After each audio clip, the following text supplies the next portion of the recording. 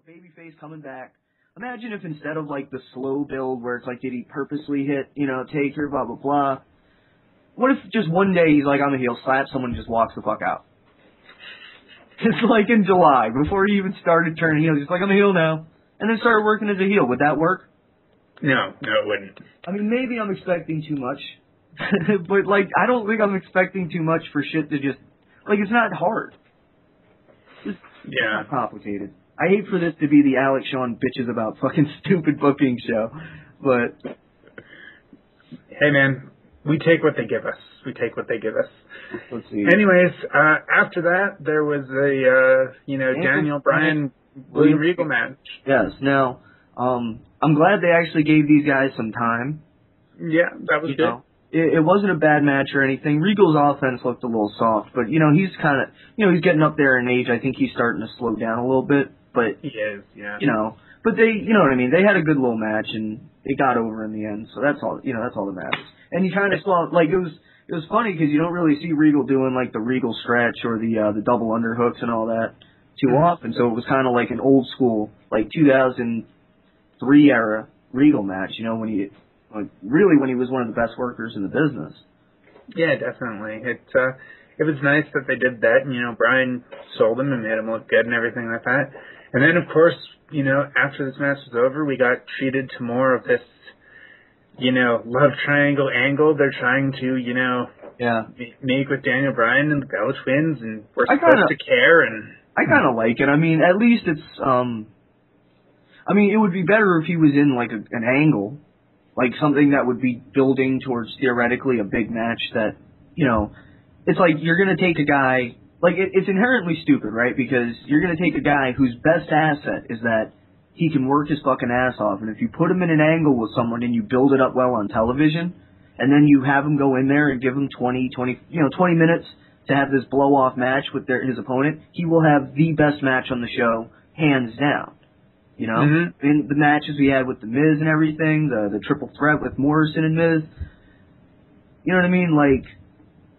That's what he does best. So, I see the positives of the Bellas thing because I think they're trying to kind of give him some depth of character, and that's understandable. But I just think it's kind of the wrong way to go. You should be getting over that this guy trains in jiu-jitsu and all this other stuff, and he's a submission wrestling guy, and you just build him up. You have him tap people out every week and build up a good heel to face him, and have him go out there and just have good matches. That's the role that he's best suited for. So it's yeah. Yeah. Let's see. I guess next was I thought I was watching Impact for a moment because Impact has this problem where they do, and you know this to be a fact. They do a million fucking pre-tapes in a row. Meaning they're backstage with Scott Hall. He's like, oh, Scott Hall. Then it's oh, hey, Ted DiBiase, or not Ted DiBiase, fucking, Ken Kennedy just got attacked. Oh my God, everyone's screaming. Abyss is backstage. Oh, I'm gonna hit him with my barbed wire bat. Hogan, damn brother, this shit is crazy. They do 7 in a row, and it's what the fuck is this? Yeah, this was a segment extravaganza. Yeah, man, so I guess first Orton comes in, confronts Morrison in his locker room. Apparently, I guess nowadays, people just, I guess it's been like this for a while. I always trip out when there's just a camera in someone's locker room. Yeah. I don't know, man. That just doesn't make too much sense to me, but regardless. Orton comes in, he's basically we're partners, you beat Sheamus, good job, and so on and so forth. Basically, Orton doing his heel promo as a babyface. Yep. Yeah. I'm sorry, go ahead. No, by all means, continue. All I was going to say was I feel like Randy Orton should get a t-shirt, and it should say Orton 316 on the front, and it'll be the same as the Austin 316 shirt, and on the back it'll say, I just stole your gimmick. Yeah, because he is really, really turning into an Austin knockoff. It's that is your first mistake. Don't trust me. What kills me about it, too, is if they're going to give him the gimmick of being Stone Cold, right? How about he just attacks people and maybe beats up some officials, maybe slap... I know we gave Michael Cole an RKO, and, he's done some stuff, but, Austin was... against authority, and he'd stun commissioners and shit like that, And Orton's just like this baby face who makes saves and, tags with the good guys. Do you remember Steve Austin tagging with good guys? I remember one time on Raw in 98, it was a match, it was like Kane and Undertaker against him or something like that, or maybe Kane and Mankind. And they're like, who's going to be his partner? Because nobody fucking likes Stone Cold, because nobody trusts him. And then Billy Gunn's like, I'll be his partner. They win the match, Austin stuns Billy Gunn at the end of it. That's fucking Stone Cold. Not, I'm good, I'm going to let Jerry Lawler get the pin tonight. Like, no, man, no. Then, I'm sorry, did you have anything to add? No, nothing really beyond that, no. Then, I guess Tamina was standing on Santino, fixing Santino. No, I didn't see the pay-per-view, so, did Santino's back get injured or something? Did I miss that? Basically, according to the recap... The Nexus beat him down, right? And, Barrett came out and was like, I will use my chair on you, just like I will on Cena later. Wow. Okay, so at least it was something continuing over from the pay-per-view before, and then, I guess Maurice came in, said some shit that I couldn't understand. No. And then... No one ever can, really. Yeah, she got brought out. That was... whatever. Mm-hmm. And, see, Mark Henry and Gail Kim, because, whatever. And they're happy the Nexus is gone, and then Vicky Guerrero... I guess the air did not feel as good when Vicky walked by, so maybe she smells bad. Maybe that was the problem. Maybe that's why Nexus had so many problems with people. It wasn't that they were attacking them, they just didn't bathe well. Yeah. And they're just like, damn, these motherfuckers are stinky. That's why they lose matches to them, because they're sitting there like, damn, I can't even fucking breathe, stinky motherfuckers.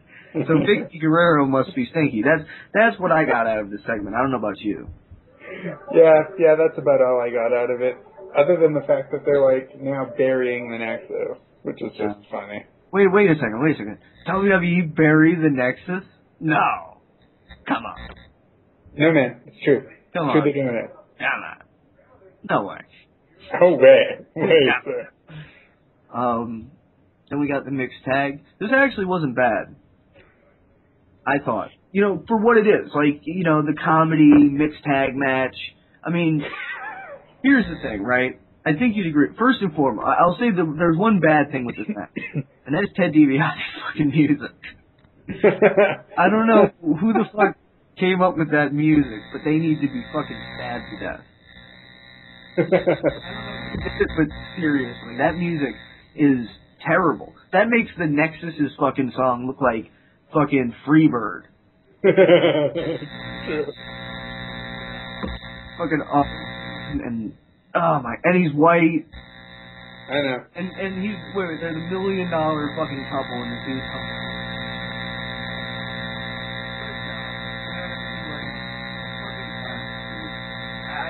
I can't blame Ted DiBiase too much. They're not doing a very good job of getting him over, but goddamn, man, he is so dry. He's like the driest fucking. He's like the most well done steak, the driest piece of chicken ever. It's just nothing he does is at all exciting. He takes you could put that fucking dude in a nuclear energy factory and it would shut down. He would soak up the energy out of the whole fucking place. That's my belief. Yeah, definitely. I'm getting kind of existential here tonight. Anyway, but point is he's not over, so. Why not have him be in the comedy match? And for the comedy match, I thought this was pretty good. I assume you disagreed. No, it's just my speakers are doing it again, and you're getting all staticky on me, which is why I'm glad I'm wearing headphones, so others are not subject to it. Can you hear me now? Oh, I can hear you just fine. It's going on and off, so I'm poking through my settings trying to figure out some way of getting it to it's off. But anyways. Well, that might be problematic in this show. Yeah, it could be. But the bottom line is you didn't hear anything for that period of time, did you? Nope. Well, then it won't affect the show, because if you didn't hear it, no one else did either. It was confined to my headphones. That's a good point, because I'm recording on my computer. Yeah. This is exciting radio, D. Absolutely. Late-breaking developments on Rated X Radio.